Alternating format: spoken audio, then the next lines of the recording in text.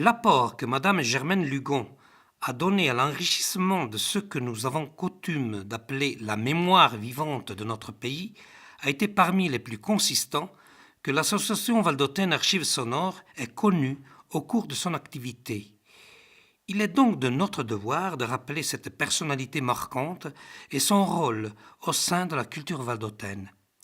Mais avant d'énumérer les étapes de son activité littéraire, nous voulons rappeler sa vie et naturellement son magasin, la mercerie de Place Ronca, qui avait fait d'elle un personnage très connu par les gens d'Ost et des alentours, à tel point qu'elle était surnommée la boutonnière de Place Ronca.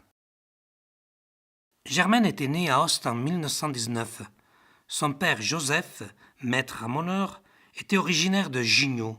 Sa mère venait de Haute-Savoie et avait épousé son père à Genève, où tous les deux étaient émigrés. Après un séjour de 7 ans à Paris, ses parents étaient rentrés à Ost pour prendre en location le bar du commerce, rue de Tillé. Ainsi, ils étaient devenus gérants de bistrot, activité qu'ils déplacèrent ensuite rue Croix-de-Ville, à la croisée avec rue Saint-François-de-Sales. C'est dans ce milieu que Germaine passa une enfance joyeuse qui laissa dans son esprit de nombreuses traces. À l'asile, je ne voulais pas aller. Au commerce, je donnais des espoirs à ma mère. Et il n'y avait pas moyen de... Alors j'allais me cacher sous le banc, où il y avait les siphons, les bouteilles vides. Et là, c'était mon règne.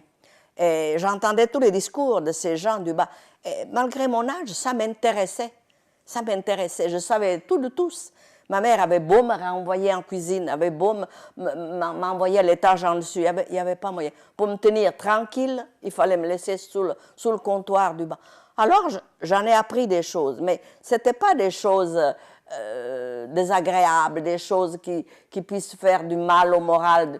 La vie était autrement alors, vous savez. C'était vraiment les faits et gestes des personnes, des gens. Même de leur déplaisir, même de leur chagrin, de leur manque d'argent, de tout, leur vie familiale. Voilà. Alors c'est là que j'ai tout entendu, que j'ai tout su. J'en savais autant que ma mère. Et puis, avec le temps, ce que je ne savais pas, ma mère savait, on en a reparlé plus tard. Alors elle m'a expliqué mieux, elle m'a agrandi le champ. Et comme ça, j'en sais des histoires, j'en sais.